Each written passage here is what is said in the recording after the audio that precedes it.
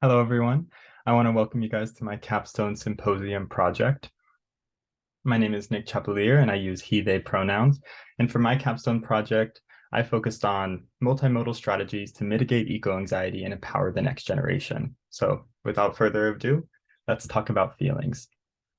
Now, just to kick it off, I want you all to take a moment and think back to when you first learned about climate change.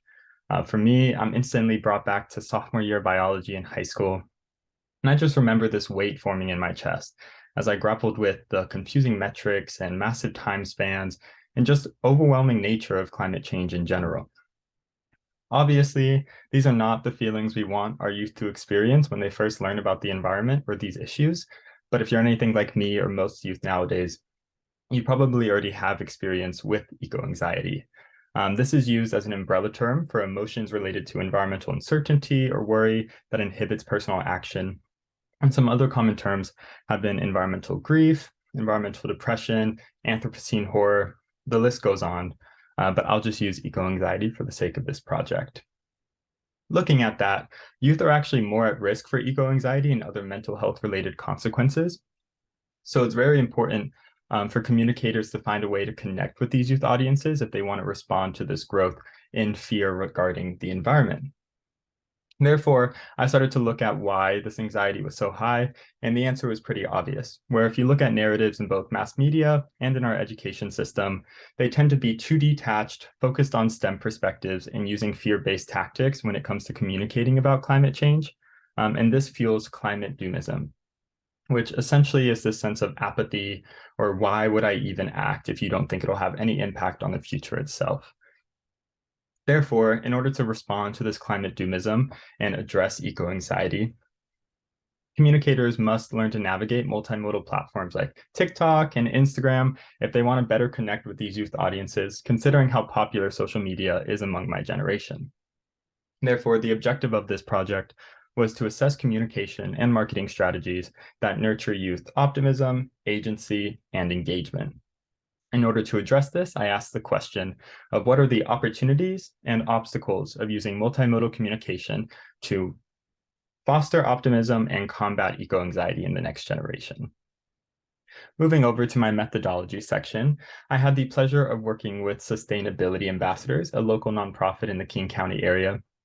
Their mission is to rapidly advance a sustainable future by supporting students, teachers, and the local community through different sustainability programs, curriculum building programs, and other facets of the program itself. My role, however, focused on impact storytelling, where I designed diverse content for different water systems campaigns, including some fun playlists if you look at figure 2. But overall, my goal was just to develop a marketing strategy to help bolster sustainability ambassadors' online engagement as a whole. Therefore, in order to assess the efficacy of some of the strategies we tried out and to see how nonprofits can better engage on this multimodal space, I collected evidence in the form of anecdotal observations from my work and seeing the behind the scenes of some nonprofit funding and other stakeholder interactions, interviews with 3 different student ambassadors and a marketing consultant to get more of a personal insight on their relationship with eco-anxiety and how social media and activism play a role in that. And then finally, a multidisciplinary literature review encompassing education, communication, and other sources just to get a more well-rounded perspective of how to respond and cope with eco-anxiety. All in all, these evidences produced a wide range of opportunities and obstacles regarding my question earlier. So looking at the results, I first want to talk about the obstacles I noticed, both from my research and interactions with the student ambassadors and interviews. All of them talked about the sense of digital disconnect between environmental media and what they themselves are looking for in social media. Because most youth go online to tune out or escape from the stress of their everyday lives, not to interact with environmental content or to again start exploring these complex issues that they already have to deal with in class or in other contexts. Additionally, although social media is a place for many of these younger folks to find community and entertainment, some of the ambassadors also mentioned that social media can be a source of their anxiety as well, just due to the wide range of misinformation and unregulated nature of these platforms.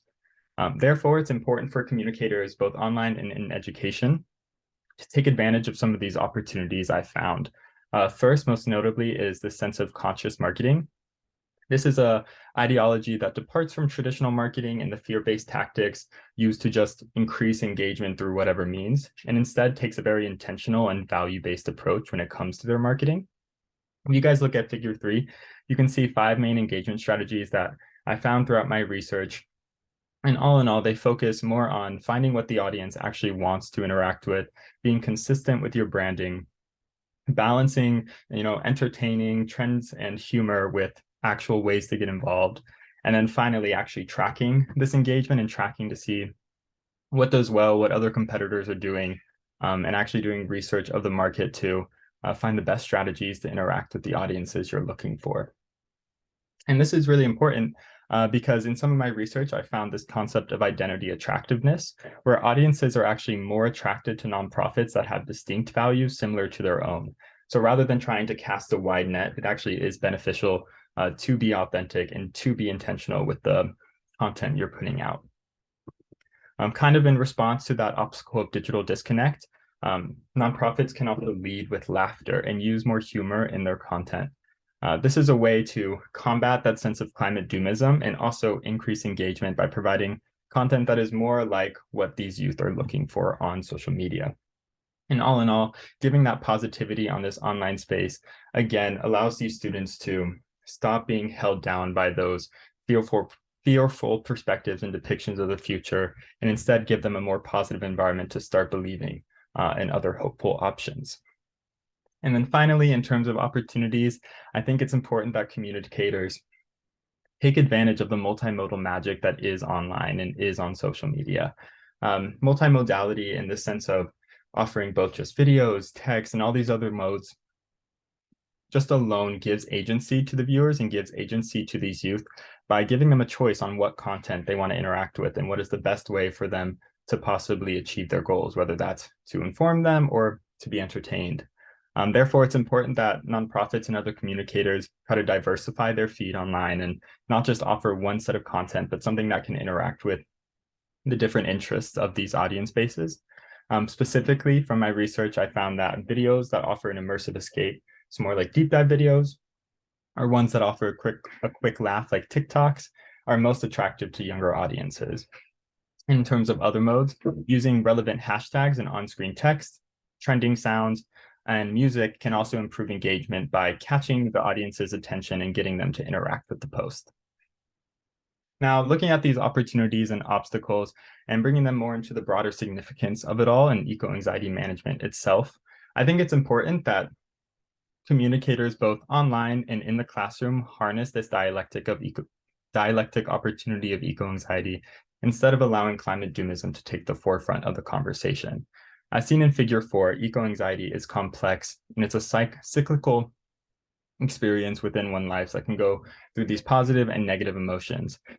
Rather than allowing these current communication platforms to fuel this sense of grief and paralyzing nature of eco-anxiety, it's important for online nonprofits to create an engaging space to interact with the wins of environmentalism, and in classrooms to offer curriculum that empowers youth to explore these complex issues in a collaborative environment rather than putting the burden on the individual. And all in all, this allows these students to come together with more optimism, agency, and ultimately a sense of collective action to achieve progress. Thank you guys so much. That is my presentation on multimodal strategies to mitigate eco-anxiety and empower the next generation. I just want to say thank you to Michaela Bowling from Brilliant Marketing, Sophia Leota, and Peter Donaldson, my site supervisor from Sustainability Ambassadors, for all of their contributions to my research.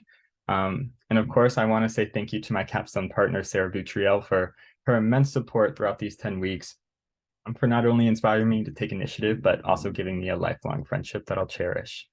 And lastly, I want to say thank you to my cohort, my roommates, and my friends and family for their invaluable motivation and support throughout the years. I really would not have made it without all of you guys. So thank you so much.